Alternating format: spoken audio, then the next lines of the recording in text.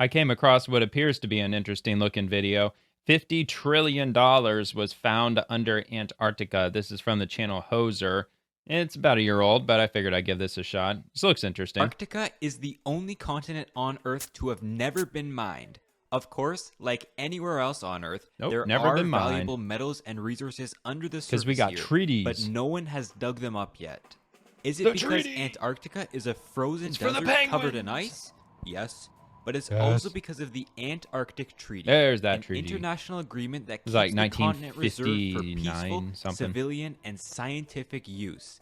Specifically, Only for Article science. 7 under the Madrid Protocol of the treaty bans any activity relating to mineral resources other Of course, than it has nothing to do with scientific 2 research miles of ice. south of the 60th parallel south. 2 miles thick. This circle encompassing the whole Antarctic. This ban is All right. not law, though. Antarctica offshore might be drilling the either, then, only huh? continent which hasn't been mined, but it's also the only continent without a government and the ability to maintain its rule of law. Nobody That's owns the affirmative. continent. Who's gonna govern it? Only up to 5,000 people live there at a time, but none. Yeah, most live in permanently, McMurdo with a Station. population That's more a than US halving station. during their brutal and dark winters. And they're split up into small research stations representing 32 different countries. All over the An continent. individual station may be able to maintain governance and order, but across the continent, it's all just a gentleman's agreement not to use your bases for military or prospecting purposes. Originally, the continent was a free-for-all. Anyone could come in and set up base here, but the treacherous waters, I mean, icy if I were and to go rugged down there, who's landscape, gonna stop and me? awful temperatures deterred most. It wasn't until the 1950s when 1950s. Antarctica really experienced its first boom in stations and population. Sure, All 7 that nations science, had a science, legal science. claim over the continent. Norway, Australia, France in the middle of that, New Zealand, Yeah, France Chile, got kinda Argentina, screwed. and Britain overlapping their claims. But the US and the Soviets had also sprinkled the continent with researchers and stations, in part for strategic reasons, in part to flex their scientific power over the other.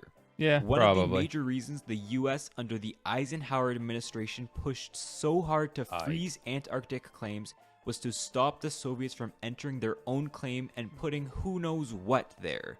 Probably a weather balloon station or something. But it was also a materialized extension of what I'd call post-war liberal internationalist ideas. Alrighty You know, then. the idea that we should solve conflict through diplomacy rather than war. That we should strive to uphold tell imagined that to human Iran. rights and the rule of law. In That Israel. we should stand against authoritarianism everywhere. Let's just no matter get how along. much Come of a on. wasteland the area was. We got Antarctica Big down D here. was into all these ideas, and he personally pushed hard to keep the continent Tricky peaceful. dicky. The 7 Nah, I'm nations just with a kidding. claim, as well as the US, Soviets, Japan, Belgium, and South Just Africa, kidding. met over 40 times to reach an agreement with 40. bitter disputes between those who wanted sovereignty over their claims and those that who were Argentina? fine with international governance. The treaty was presented in December 1959 and eventually ratified 1959. 2 years Can't believe I later, got that with right. Chile and Argentina being the last to sign. Under it, there would be no acts or activities for asserting, supporting, or Zero. denying a claim to territorial sovereignty in Antarctica. Until like All 2050 claims or would be something like that. effectively frozen forever. Forever. That didn't stop little petty squabbles over who really owned the ice, though. Yeah, who really Many really nations owns with all claims this were ice? not happy to effectively give up a chunk of their territory, taking about what we start could be bottling their it? future resources or even their future cities. Some come countries on. like Australia and New Cities. Zealand tried to legitimize their claims through mapping efforts. Others did it through naming, like with the elegantly named Soviet Plateau. You The can guess who Soviet came up with that Plateau. one. Almost all They shipped put a in freaking researchers bust for out some there. good old scientific prestige. Some shipped in tourists, but that became very unfashionable when a New Zealander plane crashed Uh-oh. into Mount Erebus, killing everyone on board. Oh shit. Well, that's not funny. Some used special stamps.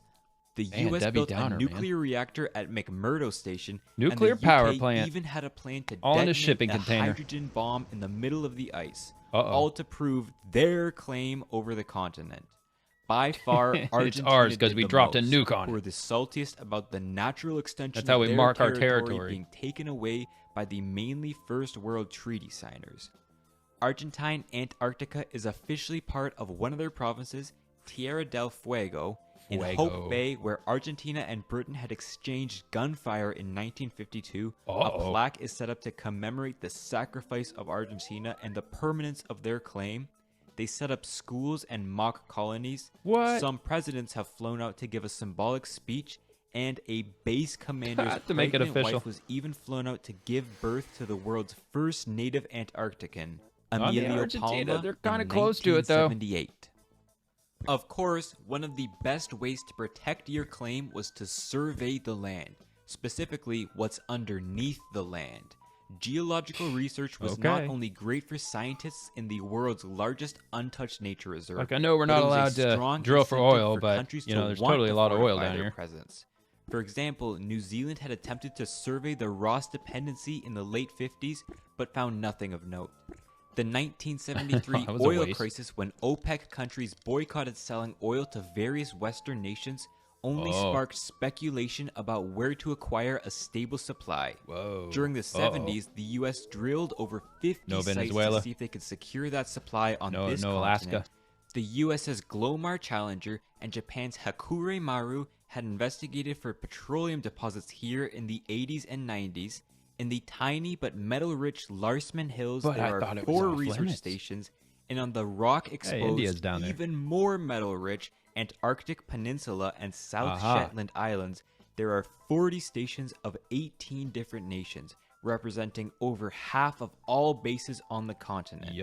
As Antarctica grew in activity, the treaty was signed by over 50 nations, some for research, some in an attempt to secure mineral rights. But who had the right to profit if a deposit was provable to be extracted? We do. Was it whoever dug it up? Says everybody. Was it who found it first? Was it whose ever claim it was in? No, Various New Zealander mining companies lobbied hard for exclusive rights if they were to prospect and extract the minerals themselves. But smaller countries and non-treaty countries called on the larger powers to share any potential discovery of resources for the benefit of all. You could extract minerals, no problem, from Antarctica, but at least use them to equalize our natural metallic inequalities, they argued. And in 1988, the Convention on the Regulation of Antarctic Mineral Resources Activities, the CRAMRA, took place in Wellington. It was not a dialogue to prevent mining, but to welcome it. It laid out a framework as to how various nations could explore and exploit the continent in a way that didn't damage the environment, and to how those profits would be divided between miner and claimant nation. They figured if the urge was too high, it's better to regulate mining rather than try to ban it outright. However, the governments of Australia and France refused to sign the convention, and public pressure made many reconsider. Instead, many forces wanted peace and to preserve the nature of the continent. The Exxon Valdez spill in 1989, the largest oil spill at the time, certainly didn't hurt their case. Instead, what was signed was the Protocol on Environmental Protection, the Madrid Protocol. This was to ban mining, keep Antarctica clean, and to preserve the continent for peace with various rules and protocols. If you ever go there and have to pee inside of a bottle, this protocol is why. And when it took effect in 1998, all mineral activities and mining were banned in Antarctica. But nowadays, the treaty is under attack, or at least questioning. This comes as Russia has found over 500 billion barrels of oil underneath the Antarctic Peninsula. Let's go. 500 billion. That's almost twice Saudi reserves and over 14 times what the Americans currently have. At $100 a barrel, that could be $50 trillion of oil sitting underneath Antarctica. That's an insane amount of money and an insane amount of oil. Antarctica is also known to have deposits of coal in the Trans-Antarctic Mountains, iron in the Prince Charles Mountains, gold and silver in Queen Maud and Queen Elizabeth Land, boron, phosphorus, and uranium in the Larsman Hills, and porphyry copper, the cheapest type on the peninsula. Yet Russia is the only known nation to explicitly survey for minerals under the Madrid Protocol. A 2021 report by the Russian government lays out a plan to observe Antarctica's geological structures, the thickness of the sedimentary cover, and to create a comprehensive information base on the mineral potential by 2030. Another And they report probably states will. the purpose as geopolitical in its nature. It was the state-owned company Rosgeo who found this massive oil Rosgeo. deposit, I can not totally one see that was that. privately owned It looking absolutely for says profit. Rosgeo. Of course, all of this is banned under the Antarctic Treaty. You cannot prospect Yeah, for minerals, but it is but Russia. you can research. By laundering mineral exploration in with geological research, Russia is able to just skirt the line to the point where no one really calls them out for it. After all, hydrocarbons are a natural part of the environment. Yeah, But sure. the issue Why is not? also boiling up at a time when Russia has done some objectively worse things, so prospecting for oil doesn't really top the charts on why others might not be too happy with them. Does that mean they can sneak ahead Election and meddling. extract? Yeah, okay. No. They're What always these election news meddling agencies and their with everybody. high-tech visuals fail to It's what they understand do. is that Russia did not find 500 billion barrels of oil. Yeah, Well, we yes, never they found that. found it.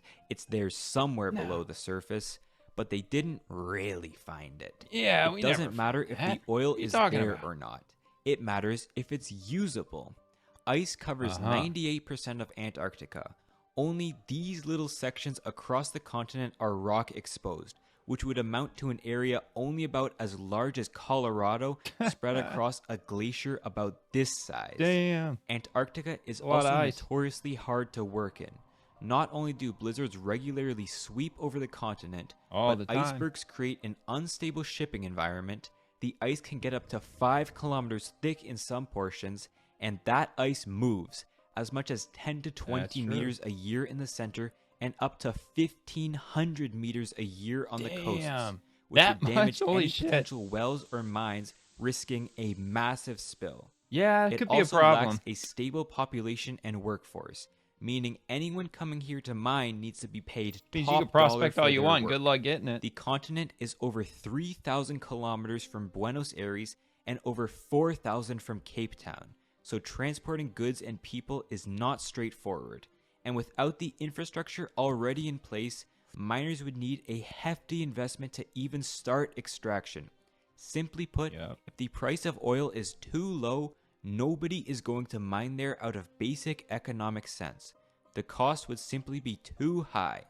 If Well, I'm oil sure somebody isn't could think of 50 consistently trillion getting reasons. $150, possibly $200 a barrel, there's no point even trying to mine here.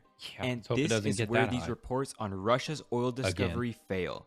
Extracting Antarctic oil is illegal, and although that may not deter the Russian fleet, who often smuggle goods and fish in banned areas with their off-the-grid shadow fleet, shadow fleet. extracting Those is also bastards. uneconomical.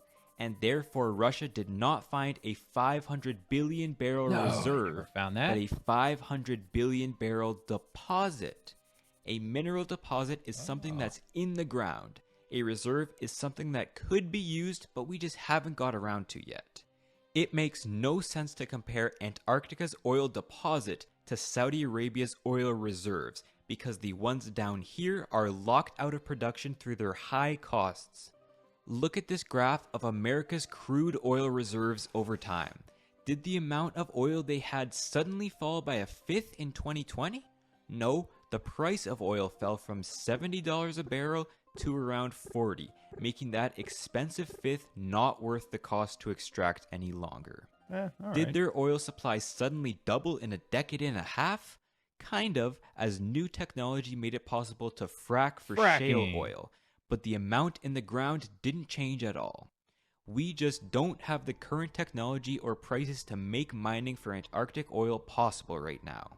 A 1992 study by John Kingston at the U.S. Geological Survey estimated that the amount of oil reserves Antarctica could have are about 19 billion barrels under normal conditions, Wow. or 6 billion under difficult recovery conditions.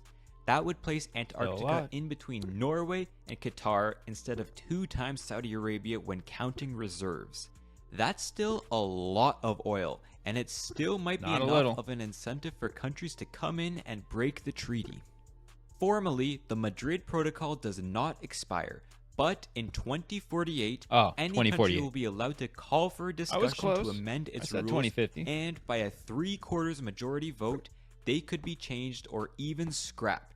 That's only 24 years away, and the conventional Yeah, the thinking direction is the that world's there going is going to geopolitically, be a they're discussion on probably going to scrap Antarctic it. mining in the late 2040s. I would not be Now, surprised. if the entire protocol and treaty will be thrown away, who knows? In 2016, the Ross Sea region was formally put under special protection, the largest area where commercial fishing is banned, so we're still at least trying to preserve the continent. But if it were repealed, what would companies and governments actually gain from these relatively small reserves and high costs to produce? Security and a steady supply of energy. China and India Well, are than the that, they can first and claim the third land, largest too. importers of crude petroleum on Earth. Oil makes up a large portion of the electricity and chemicals that have fueled their rapid growth over the past few decades. And currently, China has 5 Antarctic research stations, India has 2, Russia has 6, and America has 5. Are these all for research, or are there some ulterior motives? There's The always US ulterior and motives. China are now in the middle of a trade war. India and China are in the middle of a trade war. Russia's been increasingly cut off from the Western world, and trade in go between countries has boomed. Meanwhile, all major powers have thrown out the old rules of international trade and have showered their own national companies with subsidies and tax benefits. Well, all except Europe. As trade breaks down and we move into a Fucking more Europe. nationalist and protectionist world, some countries will be willing to pay a premium to keep the raw materials in their control. Instead of importing Gulf oil, China, for example, may take its chances and pay the price to import its own Antarctic oil. Instead of India paying for Chilean Yeah, I copper, don't think- why not secure its I don't own think China's mine all that oil down rich, though, south? either, are they? Why not do this even if it means breaking trust in international systems and destroying the beauty of Antarctica? The Antarctic Treaty is a remnant of the liberal internationalist order that was born after the Second World War. As the countries of the world trust each other less and less, Times viewing they trade are more as a changing. zero-sum game rather than one where mutual benefit can exist, it becomes much more likely that come 2048, someone is going to drill through the ice, even if it does not make economic sense. Yeah, maybe. Big Maybe oil claim some land. companies love, and I mean love, to hype up stories about where the next future deposits are. If you want to hear how stories like these played a role in the ruin of a small island nation, consider checking out this video I made on it. All right, interesting. That was an interesting video. I got a little bit of info out of that. Hope you got some insight into that as well. Always interesting to learn a little about Antarctica and what's going on down there. It's a crazy place down there.